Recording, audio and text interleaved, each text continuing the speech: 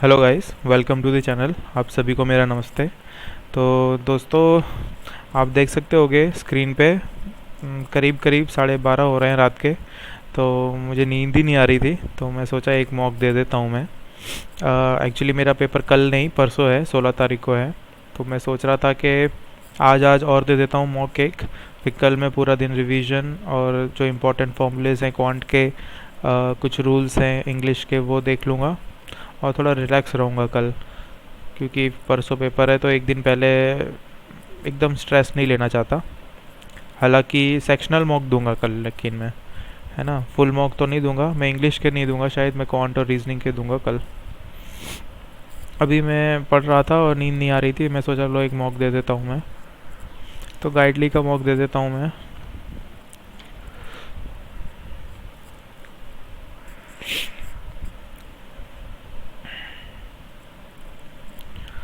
हम्म हम्म हम्म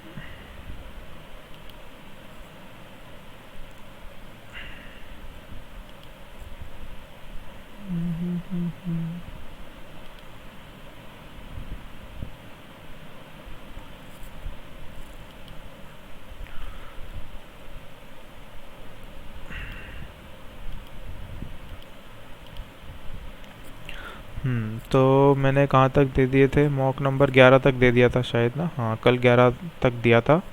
तो आज मैं मॉक नंबर 12 दे देता हूँ और मैं स्क्रीन को बड़ा कर देता हूँ। मॉक नंबर 12 कौन सा किया है मैंने? मॉक नंबर 12, हाँ ठीक है।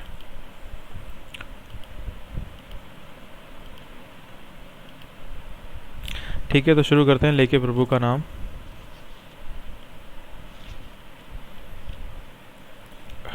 आरसी बाद में, आरसी है ना। हम्म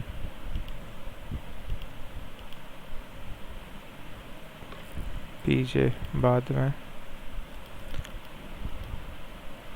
okay, one or more of these parts might be erroneous. ठीक है, एरर देखने। ए वन लाइनर फ्रॉम, रुको, एरर वाले बाद में। Pakistan dash India's envoy on March 11 and demanded that both countries should dash the incident. Both countries should partially investigate, jointly probe the, look after तो नहीं होगा, इंसिडेंट का क्या होगा? प्रोब हो सकता है, पार्शली होता नहीं है। तो Pakistan had summon India's, investigation partially होती नहीं है ना, जॉइंटली होगी। There is a dash over those who are not fans of Prime Minister Narendra Modi after his confident claim that the 2022 results dash the fate of. There is a dash. There is a anxiety over those. There is a lump in the throat. क्या होगा? The after his confident claim that 2022 results would undermine the fate of 2024 Lok Sabha polls, and they are a reflection of countries thinking for next 25, would determine the fate, determine would writing तो नहीं।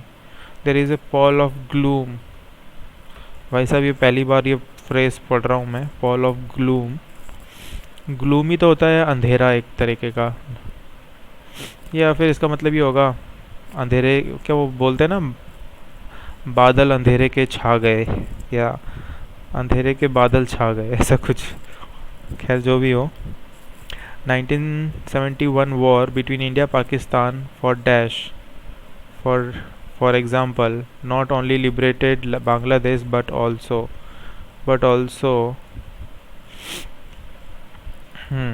But also change alter, तो दोनों ही आएंगे, A and B. After Anupam Kher dash, Kapil Sharma thanked him for dash all the false allegation against him, thanked him for relegating, for debunking after Anupam Kher cleared the air, B तो है। shed light on, after Anupam Kher shed light on किस पे? एक आगे noun आना था तो ये नहीं आएगा। अब फॉर्म्ड नहीं, यही आएगा, बी अकेला। देर इज ए 10 फेल्ट, क्या पढ़ रहा हूँ अभी। आधी रात हो रखी ना, तो दिमाग भी मेरा चकरा रहा है. 3 in 10 felt that BJP should be given another term, and about a quarter were non-committal or dash whether the party should be given dash chance, another chance. Another आएगा, अदर तो नहीं आएगा. हाँ ना. And a quarter were non-committal or unsure whether the party should be, है ना, unsure होगा. You must choose the sentence that doesn't use the highlighted word properly. ये बहुत पढ़वा रहा है यार गाइडली वाले. With this, the BJP had set in motion the formal process of electing chief ministers in. ठीक है, ये क्या पूछना है? Doesn't. ठीक है. Meanwhile, India reported इतना cases in last 24, making it the lowest in 680 so far. ठीक है. The Tata Group had on इतना last year won the bid to acquire debt-laden state run. Acquire, ठीक है. Earlier the upper limits were इतना.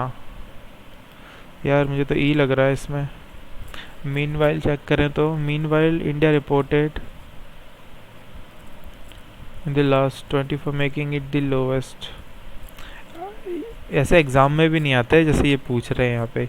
अब ये जो भी एडिटोरियल से लिया होगा ना, ये बी वाला स्टेटमेंट गाइस, तो इससे पहले कोई स्टेटमेंट दिया होगा तो उससे कॉन्टेक्स्ट से पता चलेगा कि यहाँ मीन वाइन आना था या कुछ और लगना था. अब इसमें आइडिया ही नहीं लग सकता. और अगर ग्रामेटिकली देखा जाए तो ठीक है, सही लग रहा है मीन वाइल भी. ऑल वर्ड्स तो मैं ई लगा दे रहा हूँ वैसे तो जाने दे रहा हूँ. ये बहुत दुविधा वाले क्वेश्चंस हैं.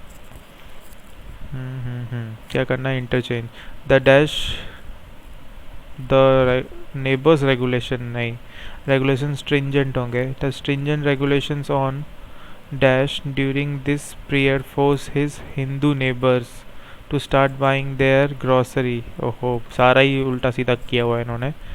तो ए सी है पहली बात. तो ए सी कहाँ है? यहाँ है. तो बी डी भी है. On movement during this period, तो ये है. I had the opportunity to work under him as a general secretary and have first-hand knowledge of his expansion thirst. नहीं, unquenchable thirst for greater expansion. CD. Thirst कैसी है? अनक्वेंचेबल. तो ये adjective है, adjective लगना है वहाँ. और एक्सपांशन नाउन है. नाउन के लिए देखो एडजेक्टिव ग्रेटर लगा हुआ है, तो greater noun. Greater expansion. Expansion कैसा? Greater. The decision is edging to be popular, especially at a time when inflation is edging upwards. तो A B आएगा. The organization had इतना करोड़ contributing members. ठीक है, ये तो A और B में प्रॉब्लम है. He offered his dash brew. Indigenous brew तो नहीं होगा. Stool. Brew. Which I politely refused. Reluctantly he climbed a dash stool. ठीक है. मैं क्या सोच रहा था गाइस पता है? ये एक जो हमारे घरों में स्टूल होता है वो होता है, और एक स्टूल का दूसरा मीनिंग भी होता है. जिसको पता नहीं हो प्लीज़ गूगल करिएगा आप, है ना. तो he climbed a stool and pulled out from behind some books a hidden bottle of white horse. A indigenous bottle of white horse. तो A and D कहाँ पर है? A D. अच्छा, हिडन हो सकता है क्या? He offered his hidden brew. नहीं, ठीक है फिर, no swapping needed. A hidden बोतल ऑफ ना. ठीक है. Lived for dash. Lived for myself. Time to live for myself. ठीक है ये. And celebrate my birthday the way it is meant to be for the very first time. Lived for responsibility, time to live for myself. ठीक है, तो A D B C ठीक है. for myself ठीक है.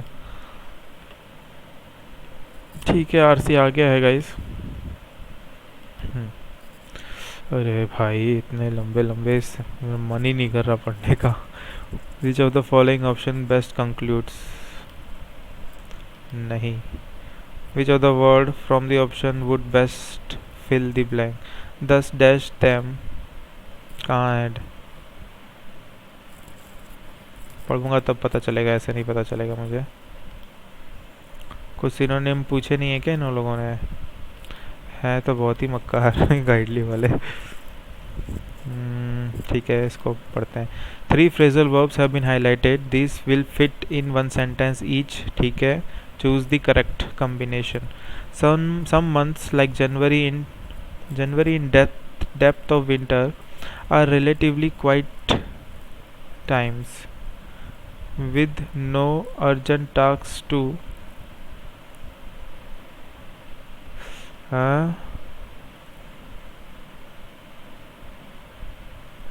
समझा नहीं क्या करना है इसमें। लीड टू फ्रेजल वर्ब, अच्छा इसका मीनिंग ठीक है। Some months like January in depth of winter are relatively quiet times with no, यहाँ से पढ़ूँ क्या? grapple with content, ऐसे तो मीनिंग पता है इनके, पर इसका मीनिंग निकालना पड़ेगा। A relatively quiet time with no urgent tasks to dash. The Allied forces scored a major victory on D-Day, which ultimately dashed the end of the war in Europe. Which ultimately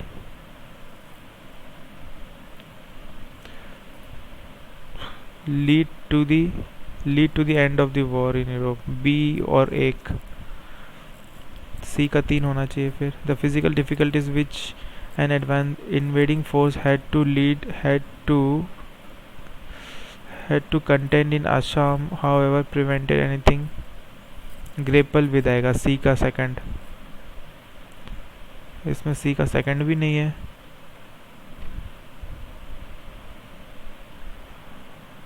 क्या नौटंकी है ये। B का फिर which ultimately content with the end of the war नहीं, which scored a major victory on D Day, which ultimately, हाँ B का तो 1 आएगा। बी का 1 कहाँ है फिर, और यही है। तो सी का 3 कैसे दे रहे हैं ये लोग? Content with the physical difficulties which an invading force had to content with in Assam. ठीक है, ये हो सकता है। Behind the Land Monetization Corporation, which of the option one of the logics behind creation of land? Last week, the Union Cabinet approved the creation of National Land Monetization, the surplus and holding in itna. Considering that various arms of the state have considerable land holding across the country, monetization of their surplus, unused and underused non-core assets in nature of land and building is a prudent strategy, as it will lead to more efficient utilization of these underutilized assets. Process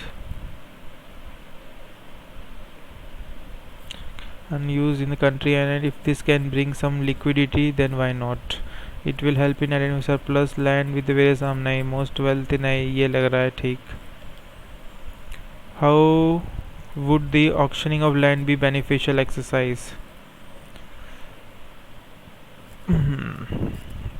The rationale for creating a land monetization is multifold. First, a detailed and comprehensive inventory of the state land holding will not only help it identify surplus land and push for itna, but also help create a database for itna. After all, properly marked land parcel with geographical itna will provide greater clarity and certainty to private investors. Second, public sector entities hold vast tracts of land that are either unused or underused. As per report, total vacant land available with railways itna. Similarly, the Defence Ministry also has considerable land holding outside the cantonment boundaries. Thus, dash them under a single entity will lead to more efficient monetization drive and better utilization. तो क्या पूछा था? Auctioning कहाँ है? Third, ठीक है, इसमें advantage दिए हुए हैं। Fourth, auctioning of surplus land will increase the supply of land, which may address the issue of artificial scarcity of land that exists in certain area. This could depress prices and thus have a moderating effect on cost on project. Combining the land available with it now result in effective name. It will generate buffer cash for government as it is already lot of ये तो है। It would be an issue of artificial, ये हो जाएगा पहला, तो यहाँ पर दिया हुआ है। फोर्थ है ऑक्शनिंग ऑफ, ठीक है। कंसिडरिंग द इतना ठीक है, बाकी चीज़ें नहीं दी हुई है ना. Unnecessary cost incurred in maintenance of this land would be shed. दिया है क्या? This could repress the price and thus have a moderating effect. यही दिया, पहला ही दिया. The vacant lying land with the defence ministry is around 2.5. Similarly, Defense Ministry also has considerable land holding outside the 2.5. तो दिया ही नहीं है, तो ये पहला तो है not true. The new scheme will lead to more efficient utilization of underutilized assets. ये सेकंड कहाँ है? फर्स्ट डिटेल इतना इतना. After properly greater clarity and certainty तो इतना. Second public that are either unused or underused under a single entity will lead to more efficient and drive better utilization of these assets.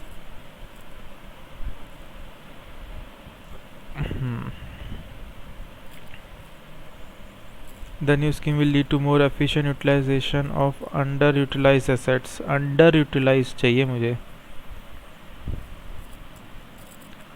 These assets तो under दिया तो है नहीं, कहीं दिखा है. The cost of project would go down in long run as the artificial scarcity of land would decrease the same. पहला तीसरा तो सही है, तीसरा तो नहीं आना. तो 1-2 हो सकता है क्योंकि मुझे अंडर यूटिलाइज एसेट्स नहीं दिखा है.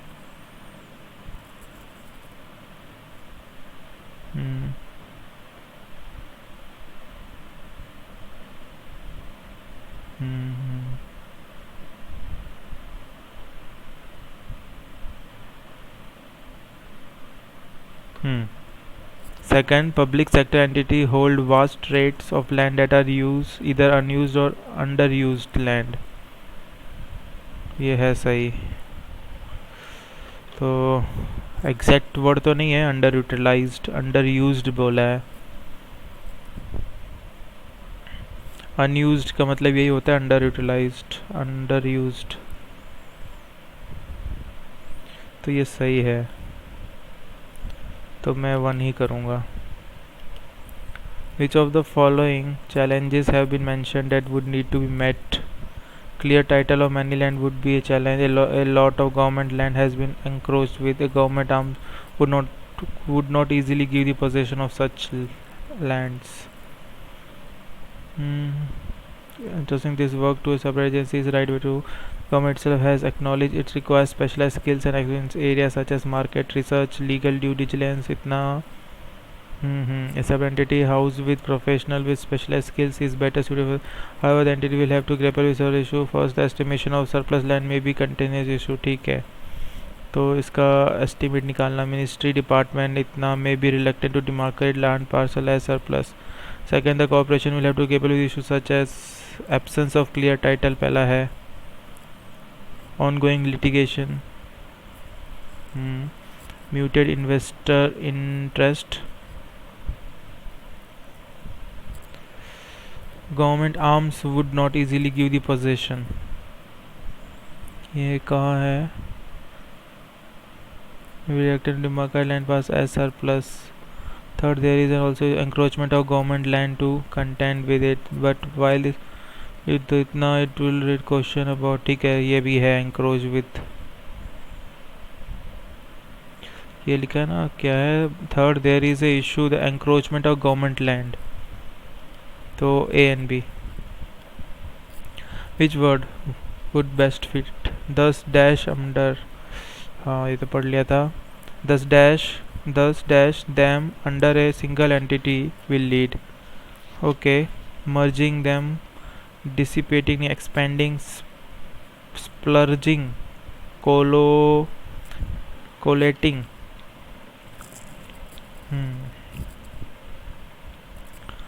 10 dash them, putting them under a single entity होना चाहिए. putting them, merging them ठीक है, ज़्यादा more appropriate लग रहा है. conclude तो मैं नहीं कर रहा. conclude, हाँ.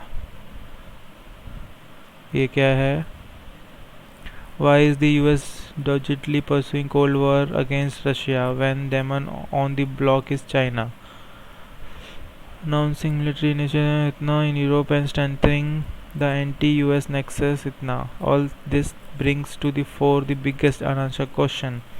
Whatever the outcome of itna, it heralds a transformation of geopolitics will never be the same, especially with Germany and Japan. या चाइना और उसकी बात हो रही है, यूएस के नीचे जर्मनी जापान आ गया. देखो शुरुआत तो ऐसे हो रही है, पर ये इतने दुष्ट है ना, ये पहला सेंटेंस पूछेंगे ही नहीं. विच of the following will come between second and fourth. नहीं, मैं नहीं कर रहा. एरर वाले देखें क्या. A one-liner from the US saying that NATO expansion will address. Expansion single है तो विल एड्रेसेस होगा ना. Russian security interest will provide the deterrence to end the current conflict. Provide the deterrence, समझ में नहीं आ रहा. दे रिलाई हैवीली आएगा पहली बात. Heavily on A direct and uncomplicated correlation among social expectations and electoral behavior. ए किसमें है. ए डी ए बी सब में ए भर दिया है. they rely heavily on a direct and uncomplicated correlation. देखो heavily on a direct B तो ठीक है, तो ए डी हो सकता है. among social expectation,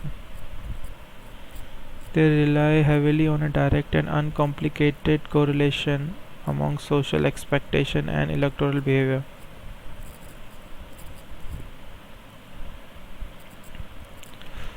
The caption accompanied the photograph.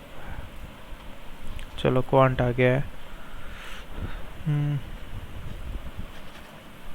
6 to 4 ले 5 ले लेते हैं, और ये 25 ले लेता हूँ, इंटू 8 ले लेता हूँ. हाँ, 200 इक्वल टू एक्स बाई 3, 600 है क्या.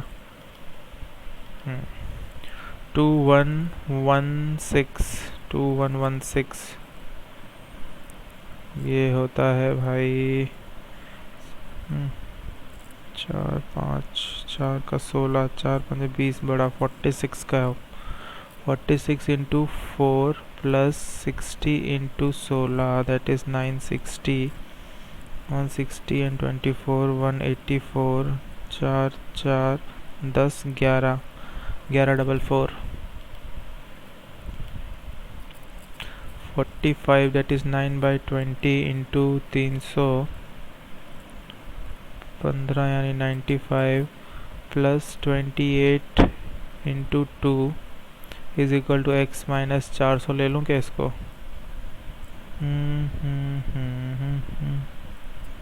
156 और 400 551.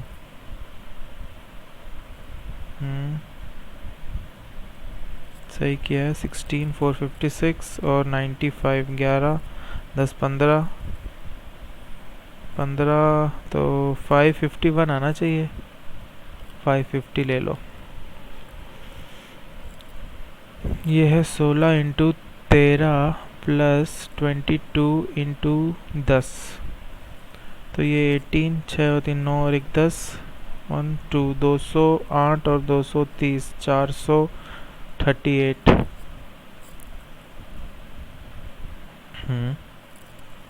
28 होगा फिर. 28 आएगा, सही कहा. फिर है 179 प्लस 210, तो ये हो जाएगा 9 8 3 8 9 minus 2x is equal to 13 into 9 that is 1117. तो 1 1 7 2 7 2, तो divide by 2 2 1 2 3 6 2 6 136.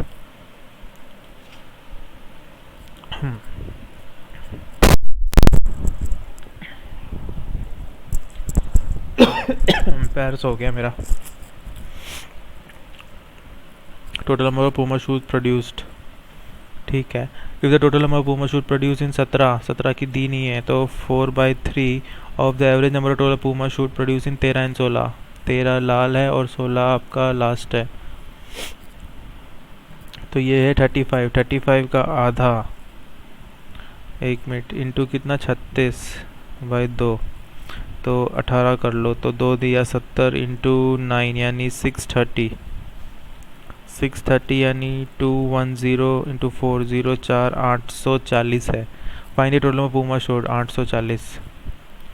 Ratio of black and white Puma produce in 14 and 15 is 5:3 and 5:4। 14। Find the total number of white Puma shoes in 14 and 15। ठीक है, और मुझे 14 का निकालना पड़ेगा। 14 का है 22। 22 इंटू कितना था 36 इंटू वाइट पूछा है, पहले वाइट का दिया है रेशियो, ब्लैक टू वाइट, अच्छा बाद में दिया है, तो 3/8। 4 2 ज़ा 4 8 ज़ा 4 9 ज़ा 2 से ये 11 गया, तो ये हो गया 27 और 27 297, तो इधर हो गया, और ये हो गया 4/9 इंटू 15 मतलब वॉयलेट 19 इंटू 36 यानी 4, तो 36 इंटू 19 करना पड़ेगा, 360 427 यानी 32। 4 8 6 क्या पूछा है, एडिशन टोटल, तो ठीक है 297 11 18 8 9 981। भाई साहब रायता फैल रहा है। Number black to white Puma shoes, find the total number of white Puma shoes 14 and 15। हरा का 22 था, तो 22 इंटू 36/3/8। 4 2 ज़ा 4 9 ज़ा 2 11 ज़ा 27 यानी 297। और इसका ये मैंने 14 का निकाला है, और 15 का है 19 इंटू 36, और वाइट का रेशियो है 4/9, तो ये 4 से गया 16। अच्छा गलत कर दिया था मैंने, 16 इंटू 19 करना था, 164 14, तो 0 4 304 और 297 10 601।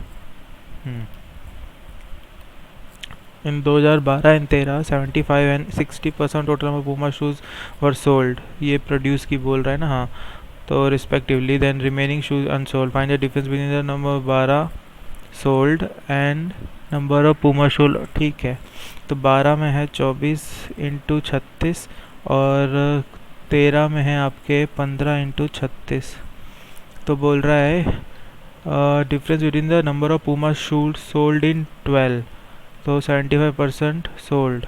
12 में तो मुझे 3/4 करना है, और 13 में अनसोल्ड चाहिए यानी 40% यानी 2/5 चाहिए। 9 से तो 24 और 27, 8 4 8 2 14 और 2 16 8 14 5 6, और ये 3 यानी ये हो गया 6 यानी 216, तो 14 5 6 8 864। और यार डिफरेंस चाहिए इनको, 2 3 और 4, 432।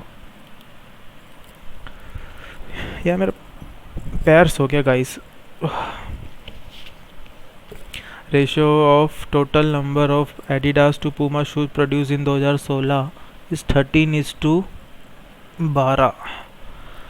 एडिडास पहले है, तो 16 की बात कर रहा है, तो 20 इंटू 36 12 की वैल्यू है ये, तो 13 की ये होगी, तो 12 तिया 39 इंटू 20 यानी 18 6 7 80, तो ये हो गए। Produce is more than 116। ठीक है, ये कितना है 33 यानी 1/3 4/3। टोटल नंबर 17 का पूछ रहा है, 3 2 6 3 6, तो ये हो गया 4 2 8 9 8 9 10 1040।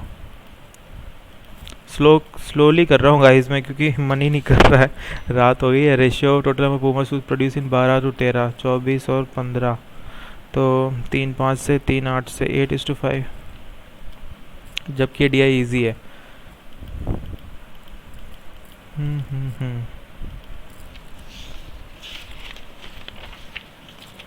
प्लस प्लस है तो 3 टू द 6, 6 टू द 12 और 5 टू द 6 टू द 12 और 10 कर लें तो 22 हो जाएगा और दोनों प्लस में आएंगे। और 56 यानी 11 इंटू 15, 3 से करो 5 और 2, 13 इंटू 26, 26 इंटू 2 इंटू 3 तो 26 और 6 करें तो नहीं तो 4 12, 13 और 12, ये भी दोनों प्लस में तो 12 इक्वल है और ये y is greater plus plus. अरे यार 13, 3 39 और 2 तो 6 कर दिया तो 19 तो 13 और 9 और दोनों प्लस में आएंगे। और ये है आपका 30 यानी 6 और 5 11 हो जाएंगे दोनों प्लस में, लेकिन मुझे 2 से मल्टीप्लाई करना पड़ेगा तो 12 और 10 तो ये तो दोनों से बड़ा है 9 लेकिन छोटा है तो सी एन डी।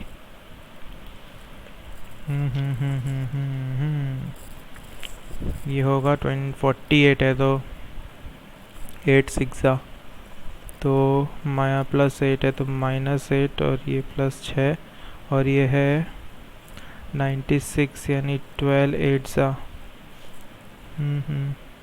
दोनों माइनस में आएंगे तो -8 कॉमन है और 6 बड़ा है तो x इज ग्रेटर देन और इक्वल टू। इनके कल साइंस भी रिवाइज करूँगा मैं, मॉक में तो एक भी साइन से नहीं हो रहा लेकिन एग्ज़ाम में तो हो सकता है, मॉक में टफ बना देते हैं ये लोग। 46 इंटू 10, 2 इंटू 2 3 और 5 2 तो 10 और 20, 23 और 20 तो -23 प्लस ये तो 23 माइनस 20 और 6 से होगा 20 इंटू 30 49 चाहिए यानी 15 इंटू 40 कर दूँ तो 12 इंटू 5 कर दूँ तो 2 6 इज 12, 12 5 60 और एक 5 और 2 25 यहाँ से ले लूँ तो 6 टू द 12 और 12 टू द 24, 24 20 49 हो गया। 24 और 25 और दोनों प्लस में आएंगे तो y इज़ ग्रेटर।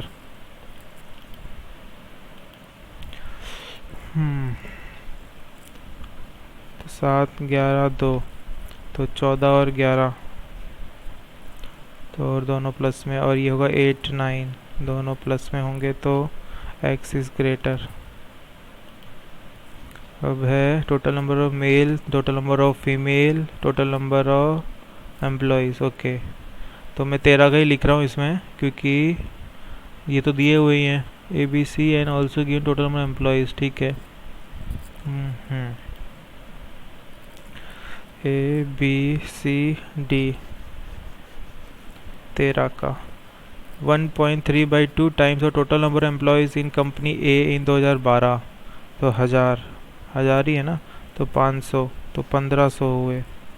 और 31/14 of number of male employees in B, female की बोल रहा है, मेल 700 तो 2 और ये 50 तो ये हो गया 5 15 1550। फिर है 40% यानी 7/5 more than the female employees in C, female हैं 750 तो ये हो गया 15 तो ये तो वही हो गया 700 नहीं 1050 1050 हो गया। और ये है आपका 220% of the average of number of male and female in B in 2012 B में तो ये तो कितना है 15 का आधा 750 है एवरेज ना, एवरेज ही बोला है बी में और बोला है। ठीक है तो 1500 0 0 0 0 2 गया 150 इंटू 11 तो 1650 अब देखते हैं difference with total number employees in company D in 2012 तो ये तो है 900 हज़ार हो गई ये and total number employees in C 2013 50 का डिफरेंस है ratio number of male to female in company A in 2013 इस इतना, तो 5 यानी 300, 300 यानी 900 और 3 600। And number of male employees in company D in 2012 is what percent. D में 720 है, it what percent of the number of male employees in A in 2013, 900 का 80% है।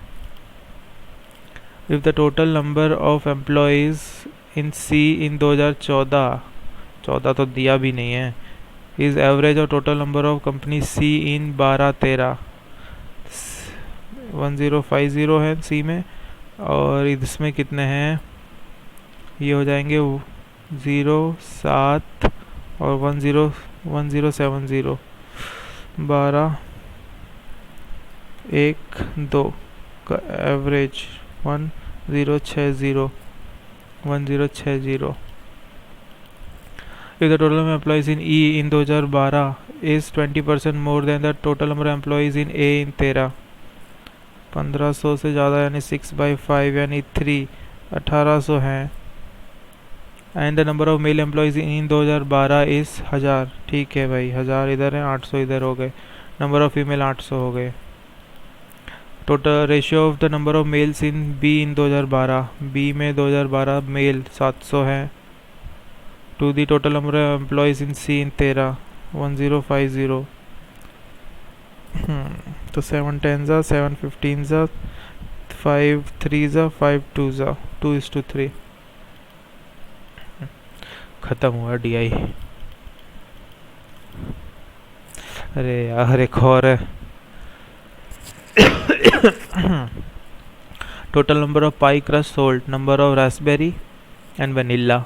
नंबर ऑफ रास्पबेरी ये दिया है, difference between number of Raspberry and vanilla ये दिया है। Note, Raspberry in the shop is less, यानी वनीला ज़्यादा है, ठीक है भाई। तो इसको उतारना पड़ेगा, PQRST। क्वेश्चन कैसे है, यही करूँगा DI, और क्या, अरिथमेटिक तो नहीं करने वाला मैं।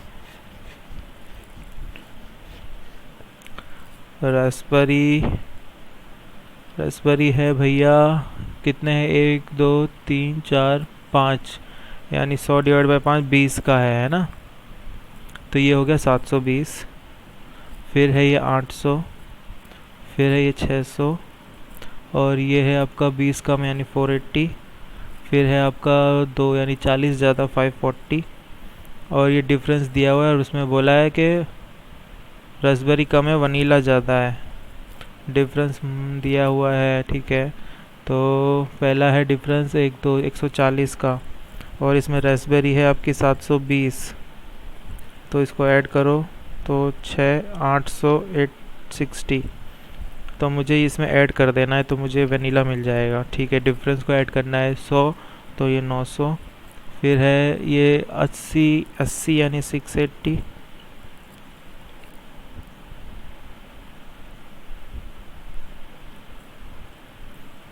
फिर है आपका 280 ऐड करना है मुझे, 280 है ना, हाँ, तो 0 6 6 700 इतना, फिर है आपका 120 और ऐड करना है, तो 0 6 660 हो। Ratio total number pi crust sold in S to U is 5:7। S to U, S तो दिया हुआ है, टोटल बोल रहा है ना, तो ये हो जाएगा 0 और 14 11 1240 बाई 5 × 7 × 2 कर दो, तो 14 से मल्टीप्लाई करेंगे तो 0 1 2 4 16 8 9 4 6 13 6 7 1 7, ये कुछ गड़बड़ सी लग रही है। Raspberry pi U is 20% less that of Q। Q में रास्पबेरी है 800 और 20% कम यानी 160 कम 0 4, तो 640। Then find the number of vanilla, तो 640 माइनस करें तो 6 7 8 9 0 1096। अरे सही बन गया, मुझे तो लगा जैसे नंबर्स आ रहे हैं, अरे यार क्या नौटंकी है इनकी, इतने बड़े बड़े question. If the number of strawberry pi crust in shop S is 7/5, S की बात कर रहा है, स्ट्रॉबेरी, अच्छा ठीक है। Number of Raspberry crust in S, Raspberry 480, यानी ये 5 2 से गया तो 14 से ही जाएगा ये। 480 2 3 16 17 18 19 2 16 1 17 5 6 672। Then find the difference between a strawberry pie S and number of raspberry in P। 720 से यानी 8, 3 और 1 4, 48 का डिफरेंस है। Find the difference total number of pi crops in P and T. T में तो हैं 0 0 1200 और पी में है आपके 0 8 1580, तो 380। Find the ratio total number of raspberry pie crust sold on Q N R. Raspberry Q N R तो है आपका 1400 to the total number of pie crust in S. S है 1240, 2 से गया 70, 2 से गया 6 और 2 से फिर जाएगा तो 3 1 और 2 से 35, 35:31। हाँ, ratio total raspberry crust sold in Q N R तो 1400 ही तो हुआ। And together and total number of pie crust in S 0 4 12 1240, 2 से गया 6, 2 से गया 2, 2 से गया 70, 2 से गया 3 1, 2 से गया 35:1 आ रहा है यार। 35:31 आना चाहिए, मैं नन ऑफ दिस कर रहा हूँ। Number of vanilla crust shop in P, ये है 860। It approximately what percent of Raspberry in are. 6 6 एकम 6 26, 6 4 24, 20 0.3 14.143। हाँ हो, थक गया, चलो ख़त्म भी हो गया। अब है हमारा रीजनिंग से on people going in different Monday वाला, ठीक है करेंगे हम। हो, ये वाले गलत हुए थे लास्ट मॉक में। Only walnut, तो all almonds are walnut. Some walnuts are pine. Only few pine nuts are cashew, ठीक है भैया। Some almonds are cashew, नहीं। All walnuts being pine is a possibility. Yes, तो only 2 यानी B। Few diesel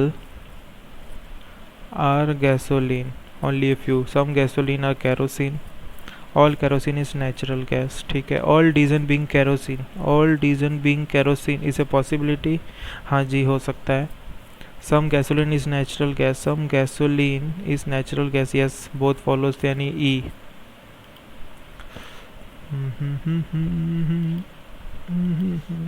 only a few TOI are statement, Times of India and Statesman। all statement are telegraph, no statement is Hindu नहीं है, ठीक है। some telegraph being Hindu is a possibility, yes। all TOI being Hindu is a possibility, no। तो only one follows, ठीक है। Crocodile वाले भाई साहब बाद में, ये भी हम करेंगे बाद में।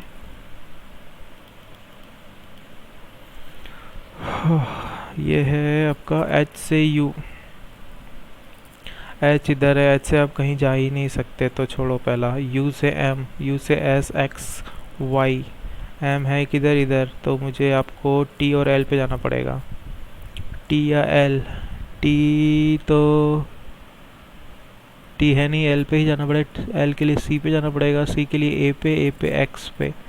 हाँ तो चले जाओगे। U से X, X से L, L से M, M से H, तो ये सही है। O से M, O से आप कहाँ जाओ, O इधर है, M इधर है, M के लिए आपको D या V। O से आप P पे जाओ, P से आप कहीं जा नहीं सकते, और O कहीं और है नहीं, और P भी कहीं है नहीं, तो ये नहीं होगा। T से R, T से S जाओ, S के बाद आप कहीं नहीं जा सकते तो हटाओ। S से P तो बिल्कुल ही नहीं जा सकते। फिर O से D, O से P पी कहीं जा नहीं पा रहे तो फिर डी तो दूर की बात है, ये होगा। फिर आर से एस जाना है आपको, आर से आई जाओ आप, आई से बी जाओ, बी से क्यू, क्यू से जेड, जेड से वी, वी से एस जाओगे। हाँ, और लास्ट ऑप्शन था। 6 building different floors, H has मोर, अच्छा ये कंपैरिजन वाला है। 1 2 3 4 5 6, H has more floor than only I है या 1 है? I. G has less floor than V, यानी V is greater than G. G V which has less floor than T, okay. T doesn't have the highest, तो फिर T इधर आ गया, we इधर आ गया, जी आ गया, बचा फिर क्या, जो भी बचा वो। The building which is third lowest of the floor has 8 floor, 8 हैं। T has 4 floors more than G, तो 8 यानी 12, ठीक है। हाँ, एज मैनी फ्लोर एन क्या है, as many building has more floor than N as less than I. If the difference between T and G is 1 less, 4 है वैसे तो, 1 less than number of building in I, यानी अब 5 है। Then what is the sum of the number of floor between I and T, 17। Sun boxes one of the above, ठीक है, ये बाद में ही, फैमिली वाले भैया बाद में, या इसमें फंस जाओ तो फिर बुरे फंसते हैं।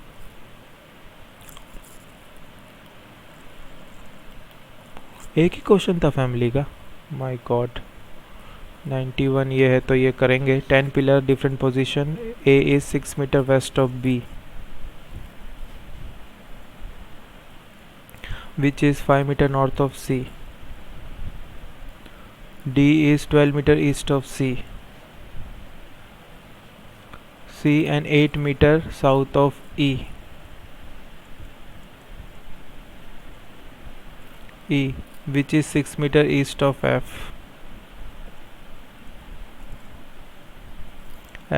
G is 2 meter north of F and 5 meter west of H,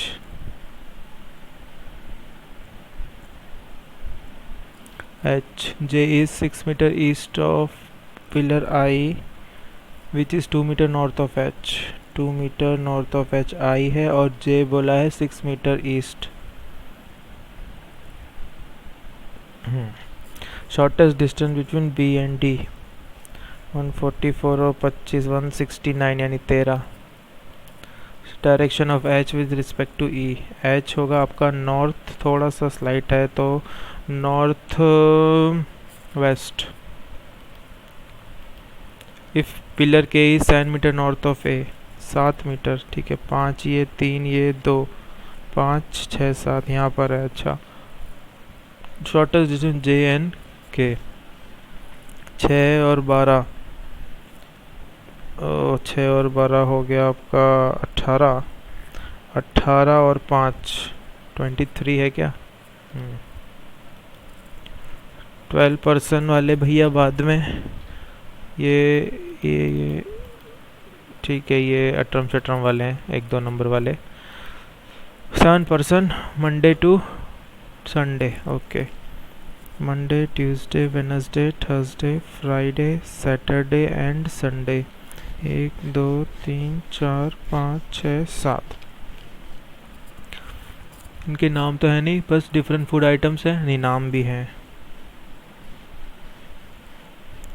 okay. They are इतना, not more than 2% order the same.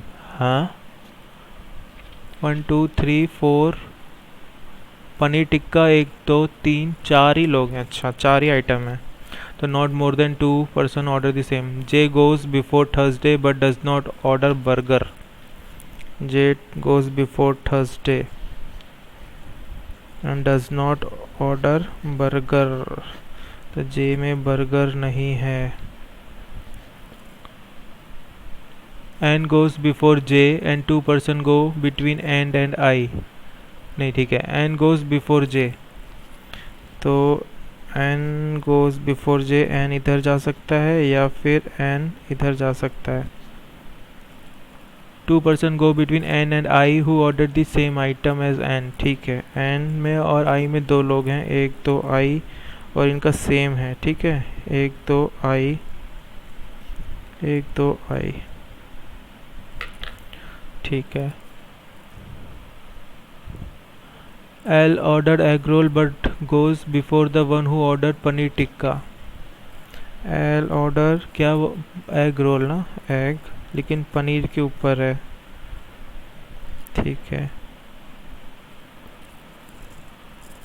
M goes the movie immediately before L. तो एम के जस्ट ऊपर एल है, तो कहाँ होगा इस केस में? तो यहीं होगा, लेकिन फिर गलत हो जाएगा, एल के नीचे पनीर भी चाहिए। तो एम एल, एल आपका एग रोल और नीचे पनीर टिक्का आ गए भाई साहब। इसमें भी यही होगा, एम एल एग रोल और यहाँ पनीर। तो अब एग रोल पनीर दो हो गए, पनीर हो गया, एग रोल हो गया, तो पिज़्ज़ा और बर्गर बचा है एन और आई के लिए। बर्गर जे नहीं है, तो अभी देखते हैं। K order paneer tikka and goes before H but after J.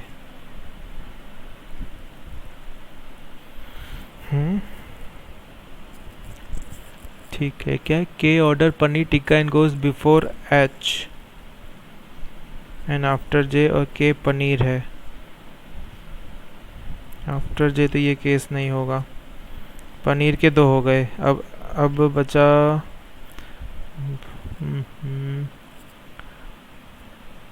But after J. M doesn't order egg roll and pizza. Egg roll pizza नहीं है, एग रोल पिज़्ज़ा नहीं है, तो बर्गर है एम। एम बर्गर है, तो बर्गर इधर हो गया, तो फिर यही होगा पिज़्ज़ा वाला, एन आई पिज़्ज़ा। तो एग रोल होगा जे, क्योंकि जे को मना कर दिया था ना वो बर्गर के लिए। And I order the same item as N, ही तो दिया वही था। Home the following order pizza and I both, तो A and C.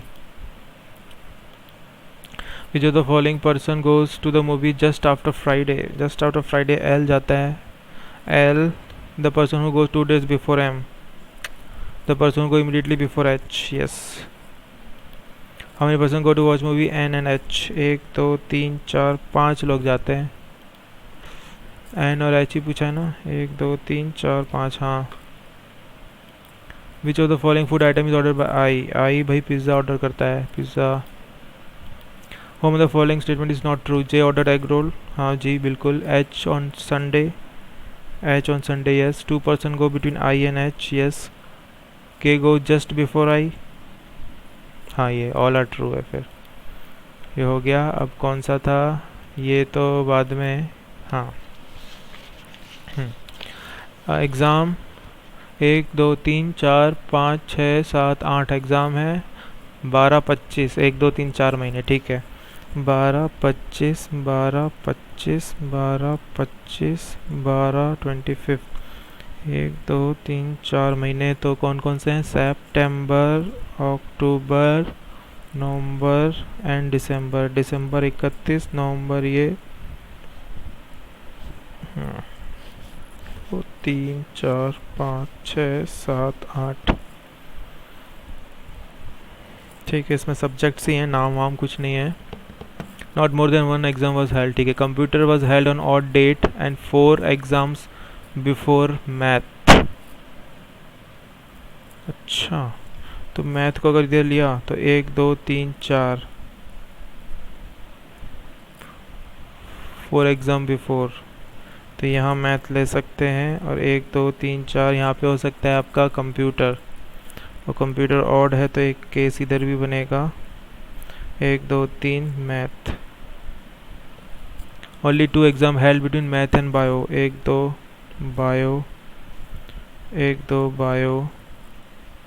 Accounts exam was held on even number date but neither immediately nor immediately after before math.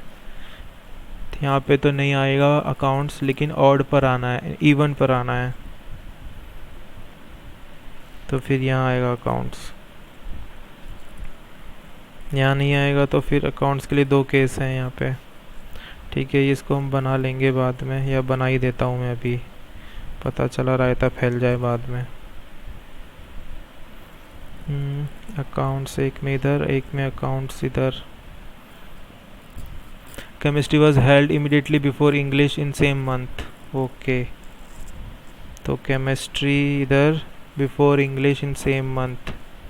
Same month तो भैया यहाँ पर है फिर केमिस्ट्री, और यहाँ इंग्लिश। सेम मंथ यहाँ नहीं है, यहाँ भी नहीं है, तो थर्ड केस है ही नहीं। Economics was neither held on odd date nor in month 31। तो इकोनॉमिक्स E1 पर हुआ था और 30 में हुआ था, तो ये नहीं है केस। 30 में तो फिर इकोनॉमिक्स यहाँ ही आएगा। ठीक है, बन गई है। विच ऑफ द, तो 25 अक्टूबर को क्या हुआ है? 25 अक्टूबर को जो मैंने नहीं मार्क किया है वो हुआ है। कौन सा बचा है? फिज़िक्स। फिज़िक्स तो हाँ, फिज़िक्स ही नहीं मार्क किया ना।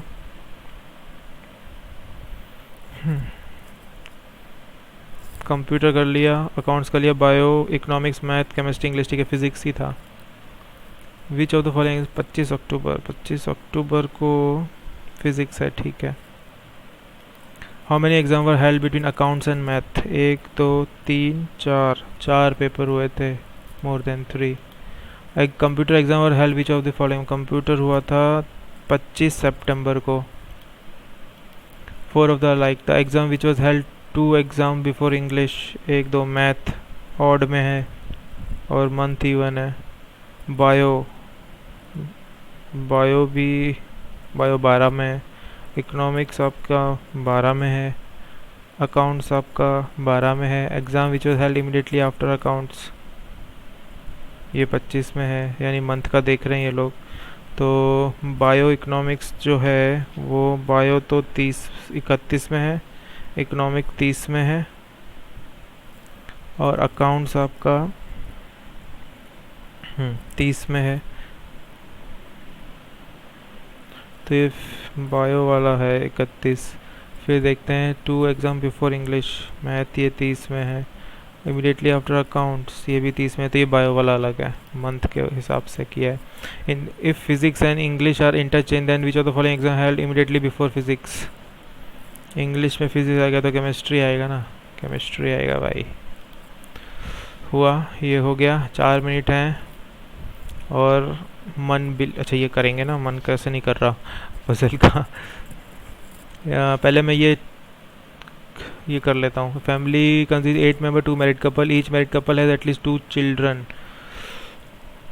2 मैरिड कपल है, 4 5 6 7 8। ठीक है। G is the brother in law of S. G is the brother in law of S who is the father of L. L is the only son of J. ठीक है। J who is the sister in law of T.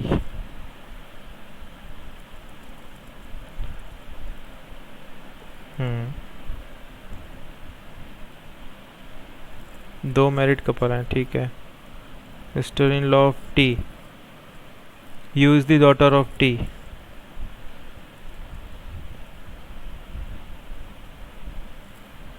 R is the nephew of S, who is the brother of T.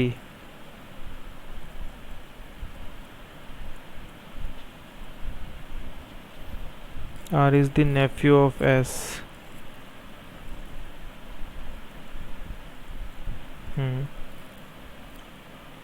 Q is the child of J.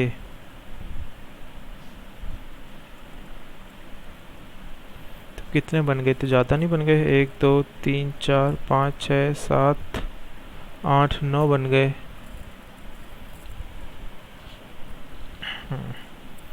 9 क्यों बनाए हम? ये 2 married couple बोले थे इन्होंने तो। 2 married couple, each married couple at least. G is the brother in law of S. G is the brother in law of S.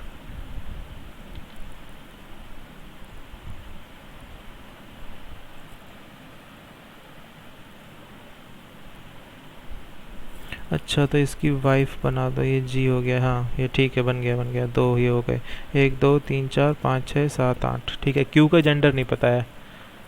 Who among the following aunt of L, L की aunt भैया कौन है? ये तो mummy है, ये पिताजी हैं, तो टी है, T. A is married to R, R है कहाँ? आर तो मैंने कहीं बनाया नहीं है, आर था क्या कहीं यहाँ? If A is married to R then how is A related to G? यार मैंने ना ए बनाया ना, आर, JSTGQLUS, एस 2 बार बनाया है, आर यहाँ आएगा। If A is married to R, यार ये क्या मैं कर रहा हूँ, समझ में नहीं आ रहा। A married to R then how is A related to G? A sister in law, नहीं कुछ गड़बड़ करी है, तो इसको मैं इरेज कर रहा हूँ। आंट ऑफ एल, मैंने तो आर ही नहीं बनाया था, आर कहाँ से आया है इसमें? R is the nephew of S, तो एस इधर है, आर इधर है, अच्छा ठीक है। A is married to R, ठीक है, हाँ ठीक है। A related to G, A is आपकी डॉटर इन लॉ होगी। हो, अब लास्ट के 2 तुच्चे से क्वेश्चन थे, वो करेंगे। Position of harmony unchanged when the results are in descending order from left to right, तो 9 8 7 6 5 4 3 2 1 1 1 1 1 1 है ना। एक बार और चेक कर लेते हैं। 9 8 7 6 5 4 3 2 1 1 ही है, ठीक है। 21 सेकेंड है। अब बहुत आलस आ रहा है मुझे गाइस, इसलिए मैं पैन को कर रहा हूँ बंद और नहीं कर रहा अब तो क्वांट में मैंने कितने करे थे? 25, रीजनिंग में 23 और इंग्लिश में कम हो पाए ना, 18 ही हुए। इंग्लिश ठीक ठाक थी, मतलब एरर वाले क्वेश्चंस थे, खूब लेंदी थोड़े से। तो 66 अटैम्प्ट हुए थे, ज़्यादा नहीं हो पाए थे, है ना।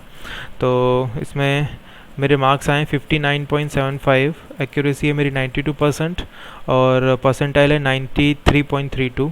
तो अब मैं आपको बता देता हूँ कौन से गलत हो गए हैं। तो 3 इंग्लिश में, 1 क्वांट में और 1 रीजनिंग में गलत हुआ है ना। तो 18 करे थे, उसमें भी 3 गलत हो गए इंग्लिश में। तो मेरे मार्क्स आए 14.25 इंग्लिश में।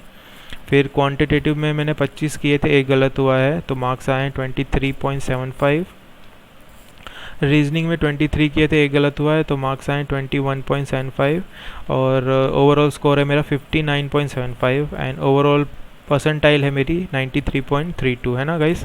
ये दिख रहा होगा आपको यहाँ पे, नहीं तो ऊपर है यहाँ पे लिखा हुआ 93.25 और रैंक तो ये है 369 आउट ऑफ 9571। ठीक है, मैं आपको स्कोर दिखा देता हूँ गाइस और आपको बता देता हूँ कैसे आपको अटेम्प्ट करना है एग्ज़ाम में भी। तो इसमें लग रहा था मुझे कि कुछ गड़बड़ सी हो रही है। बी और सी भी था, ए और 2 था क्या? ग्रेपल, ये समझ में नहीं आया, अभी तक नहीं आया क्वेश्चन क्या कहना कह रहा था मुझे। ठीक है, ये logic behind it will have Adam surplus land था, तो ये भी तो था, लेकिन ये भी तो था, बी भी था। खैर उसको और ढंग से कल पढ़ूंगा मैं, अभी तो रात को तो नहीं पढ़ने वाला। फिर एक ये गलत हुआ, मर्जिंग नहीं कोलेटिंग होगा, तो कोलेटिंग का मतलब यही होता है क्या? तो सेंटेंस इतना इतना, कोलेटिंग का मीनिंग बता दो भाई।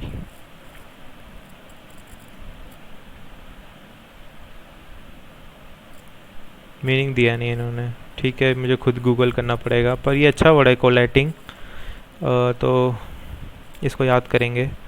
तो 3 गलत हुए थे गाइस इसमें, इंग्लिश में मेरे, और क्वांट में देखते हैं कौन सा गलत हुआ है भाई। वाह, 590, ये एक अप्रॉक्सीमेशन का गलत हुआ है। 581 आ रहा था, कुछ 1 आ रहा था, तो मैंने ये दिखा था पहले, पर मेरा ये लगा, फिर मैंने कहा नहीं, एक 551 आ रहा था, हाँ, तो मैंने 550 कर दिया था। कुछ गड़बड़ करी होगी मैंने कैलकुलेशन में, खैर इसलिए ये यहाँ पे गलत हुआ है ये।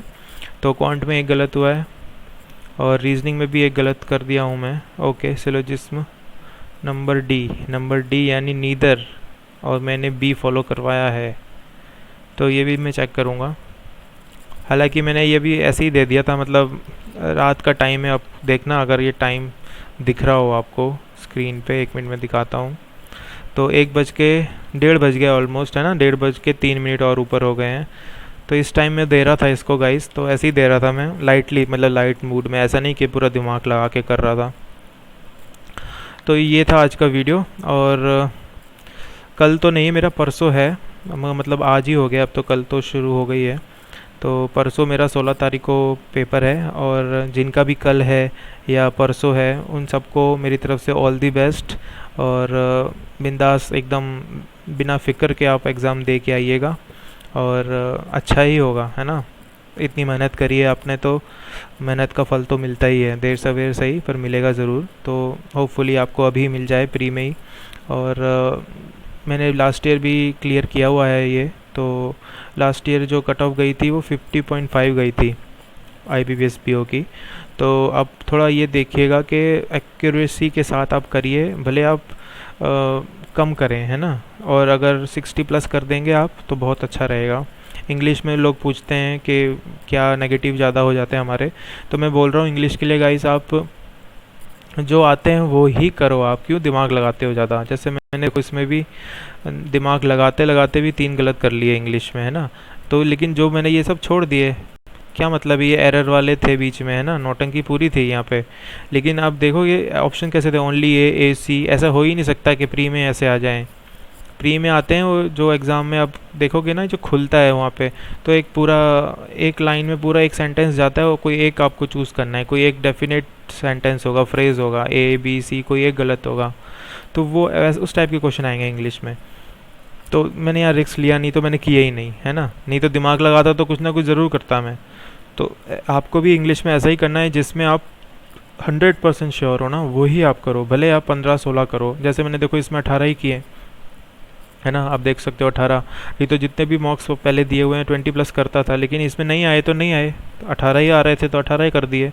तो आपको ऐसे पहले से प्री डिफाइंड आपके माइंड में ये नहीं जाना चाहिए कि मुझे इतने अटैम्प्ट करने हैं, इंग्लिश में इतने करने हैं, क्वांट में, ऐसा करके नहीं जाना है आपको।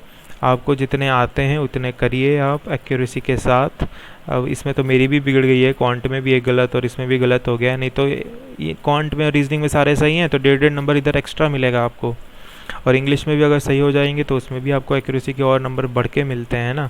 तो आप ये एक्यूरेसी ज़रूर ध्यान रखिए, है ना। और जो आए वो करिए इंग्लिश में ख़ास तौर पे। और क्योंकि आप जो आएंगे वही करोगे ना, उसमें भी अब ना करते हुए भी एक आध गलत कराओगे, हो ही जाएगा, क्योंकि इंग्लिश लैंग्वेज है, कोई वो पर्टिकुलर दिमाग वाला सब्जेक्ट है नहीं कि आपको दिमाग लगाना है, आपको लैंग्वेज की तरह उसको डील करना है। कि तो लैंग्वेज में एक्यूरेसी मेंटेन करना मुश्किल होता है ना। कहीं कहीं रीजन में कुछ लोग हिंदी अलग बोलते हैं, कई लोग हिंदी अलग बोलते हैं। तो इंग्लिश एक लैंग्वेज है, तो लैंग्वेज अलग अलग है, आपके हिसाब से ये मीनिंग आ रहा है, दूसरे के हिसाब से दूसरा मीनिंग आ रहा है।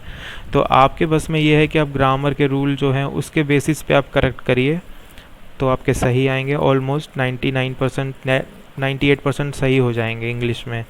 तो इतना वो नहीं होगा आपके, मतलब जो स्कोर कार्ड बनेगा, स्कोर आएगा, उसमें इतना नेगेटिव इम्पैक्ट नहीं पड़ेगा इंग्लिश में। और क्वांट में तो जो आते हैं, क्वांट में तो लिखा हुआ ही है, जो आपने सॉल्व किया है वही अगर आ गया आपके स्क्रीन में ऑप्शन में तो आप वो करिए क्वांट में। और नहीं आ रहा है तो नन ऑफ दीज है तो एक बार दोबारा रीचेक कर लीजिए। और फिर भी नहीं आ रहा है तो नन ऑफ दीज कर सकते हैं आप। नहीं तो क्वांट में तो सबसे सिंपल है कि अभी अगर आपने जो कैलकुलेट किया है वही आंसर आपके ऑप्शन में है तो आप कर ही दोगे। तो ऑलमोस्ट एक्यूरेसी मेंटेन करना आसान है क्वांट में। रीजनिंग में सिलोजिस्ट में जो मिसलेनियस क्वेश्चन है उसमें थोड़ा ध्यान से आप करिएगा। मेरा खास तौर पे मैं अपने लिए कह रहा हूँ कि सिलोजिस्म के गलत हो रहे हैं, कुछ मॉक्स से मैं दे रहा हूँ जो कुछ एक आध क्वेश्चन गलत हो रहे हैं मेरे सिलोजिस्म के। तो जब मैं एग्ज़ाम में करूँगा तो मैं थोड़ा ध्यान दूंगा उस पर, ध्यान से करूँगा, जल्दबाजी में नहीं करूँगा। पज़ल में भी हर लाइन आपको पढ़नी है। एग्ज़ाम में ये होगा क्योंकि स्क्रीन छोटी होगी, वो मतलब फ़ॉन्ट उनके बड़े होंगे ना, तो आप जब पढ़ोगे ना जल्दीबाजी में 20 मिनट में आपको करना है तो आप एक आध लाइन स्किप कर सकते हो रीजनिंग में। तो वो ध्यान रखिएगा कि आप लाइन टू लाइन आप पढ़ते जाएँ, कोई एक भी लाइन मिस कर दी तो गया, मामला गड़बड़ हो जाएगी। गड़बड़ यानी क्या, वो पज़ल लेट बनेगी या टाइम चला जाएगा आपका, उस 5-6 मिनट लग जाएंगे आपको, तो वो सेक्शन ख़राब हो जाएगा वो। तो आप लाइन टू लाइन पढ़िएगा पज़ल की, मिसलेनियस का थोड़ा ध्यान से करिएगा, है ना। ये सब थी टिप्स, और तो कुछ नहीं है। बाकी तो n number of YouTube channels हैं, तो वहाँ पे वो सब ज्ञान देते रहते हैं कि आप ऐसा करिए, last moment tip, last strategy for IBPS PO prelims, पता मतलब फालतू की चीज़ें बहुत सारी बताते हैं यूट्यूब वाले चैनल्स पे, तो आप वो देख ही लिया होगा आप लोगों ने। तो मैं तो वो सब चौंचलेबाजी नहीं कर सकता, तो मैं तो यही कह सकता हूँ एक्यूरेसी के साथ आप करिए और कॉन्फिडेंटली करिए। 60+ ले आएंगे तो लिख के लीजिए कि आपका हो जाएगा प्री क्लियर, और अगर 60+ करके आ गए तो बस कल का दिन आराम करिए, या जिस दिन आपका एग्ज़ाम हो, जैसे मेरा परसों है, परसों आराम करिए, और नर्सों से फिर मेंस की तैयारी करेंगे हम, है ना। तो यही था आज के लिए वीडियो, और मिलते हैं अगले वीडियो में। Till then keep studying and thanks for watching guys, और please do like my video, and if you like my video please do subscribe also the channel. Okay guys, thanks for watching, bye bye, good night.